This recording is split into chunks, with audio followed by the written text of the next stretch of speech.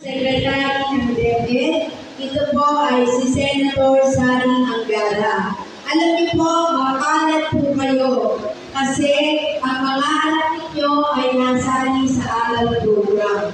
Bakit po? Papaiwanan ko po. So, ngayon po, tayo ay nasa Kasi tinanong ko si Pagkano ko lahat ba yan? Lahat naman ng daw. ALAL program.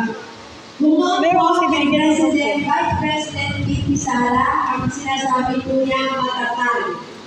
Matatag program. Ngayon po kay Senator Sara Angara ay ang ALAL program. Parang Ano po ba ibig sabihin ng ALAL?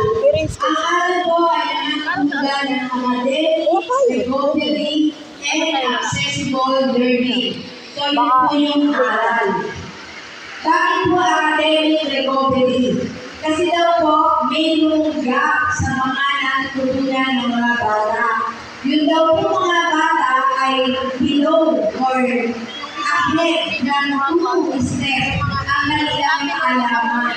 Halimbawa po, grade 3 yung bata, pero kanilang kaalaman natin po na hindi pag-grade. Maaaring pag-grade 2, maaaring pag-grade 1. Kaya po, may gap, kailangan maka-recover.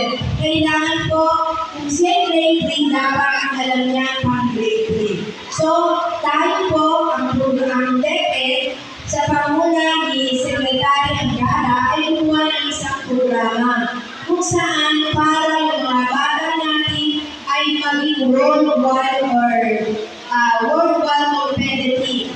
Competitive siya sa buong mundo. Para po ang kanyang maalaman ay tama o akma sa kanyang grade level. So, academic recovery and accessible learning. Hindi daw kaalaman ay nandyan lang, madaling matutunan. So, pagsabi nga po ang meaning ng ALAL program, academic, recovery, and accessible learning. Yun po yung tinatawag na ALAL program. So, ulit po natin, papaliwanag ko po sa inyo ng gusto kung ano yung ALAL program. Kaya, Mukhang hindi prepared si Principal. okay. So, ito po ay ayon sa Republic Act 100-2028.